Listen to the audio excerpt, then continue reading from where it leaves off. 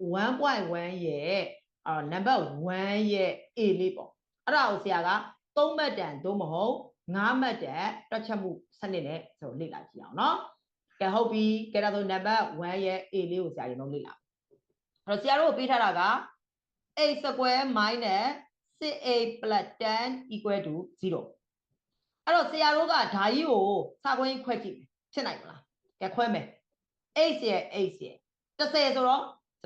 9နဲ့10ရှိမယ်အဲ့တော့ပြီးရပါရှိမယ်10တလီ10ရှိ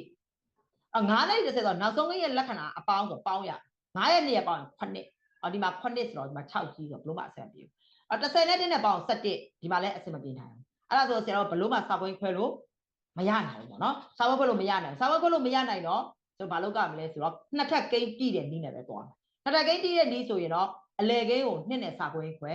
ရတဲ့အဖြေကိုနှစ်ထပ်တင်ပေါင်းဒါပဲရှိအဲ့တော့အလယ်ကိန်းက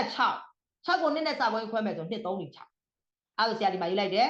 a square minus 2 3 4 6ရပြီခွဲလို့ရတဲ့ကိန်းက3နှစ်ထပ်တင်ပေါင်းလိုက်ဒီမှာဆို3နှစ်ထပ်ပေါင်းဒီဘက်မှာလည်း3နှစ်ထပ်ပေါင်းအဲ့တော့ဒီမှာပို့နေတဲ့ plus 10ကိုဒီဘက်ပို့လိုက် minus 10ဆိုတော့ဒါပဲနော်6ကိုစာခွဲခွဲလိုက်တယ်2 3 4 6 2 3 4 6ပြီးလို့ရှိရင်ကျွန်တော်ကရလာတဲ့ခဏန်းက3ဖြစ်တဲ့ကြောင့်နှစ်ထပ်တင်ပြီးနှစ်ဖက်စလုံးကိုပေါင်းတယ်ပြီးရင်ဒီဘက်ကပို့နေတဲ့ plus 10ကိုဒီဘက်ပို့လိုက်တယ် minus 10ဟုတ်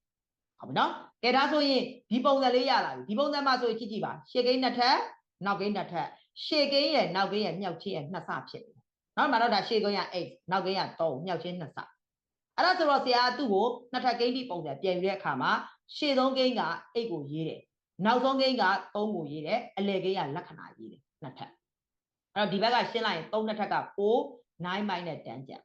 အဲ့ဒါဆိုဆရာကဒီလိုဖြစ်သွားပြီ8 minus 3 square equal to ဒါကိုရှင်းလိုက်ရင် minus 1ကျန်အဲ့တော့ဆရာ square ကိုတစ်ဖက်ပို့ရင် square root square root ဒီကဏ္ဍကိုပဲတင်ရမယ် minus ကို i လို့ပြင်ရမယ်ဒါကြောင့်မို့ဆရာဒီမှာသွားတယ်8 minus 3 equal to square root of 1ကဏ္ဍ minus ကို i လို့မြင်ထားမယ်အရှိက minus ကို i လို့မြင်ထားမယ် square root တင် plus or minus ထည့်အဲ့တော့ square root of 1ဒီ1နဲ့အတူတူပဲဒါကြောင့်မလို့8 minus 3 equal to plus or minus i ပဲကျန်တယ်အဲ့တော့မှဒီ3ကဒီဘက်ကိုသွားလိုက်8 equal to 3 plus or minus i ဒါကြောင့်မလို့8ရဲ့တန်ဖိုးဒီ3 plus i လည်းဖြစ်နိုင်တယ်8ရဲ့တန်ဖိုးဒီ3 minus i လည်းဖြစ်နိုင်ပါတယ်ဟုတ်ပြီနော်ကဲဒါကတော့ number A လေးပါကဲအဲ့ဒါဆိုဆရာတို့ exercise number 1ရဲ့ number B လေးကိုဆက်ပြီးလေ့လာကြည့်အောင်နော်ဒါလေးဆက်ဖြစ်လိုက်မယ်နော်အခုဆရာတို့ဆက်ပြီးတော့လေ့လာမှာက exercise 1.1ရဲ့ number 1ရဲ့ B လေးကိုဖြစ်တယ်ဘာနည်းနဲ့လေ့လာမှာလဲ3မှတ်တန်သို့မဟုတ်ဆရာတို့5မှတ်တန်ဖြည့်ဆိုနိုင်စေရအတွက်လေ့လာမှာဖြစ်တယ်ဖြည့်နိုင်စေရအတွက်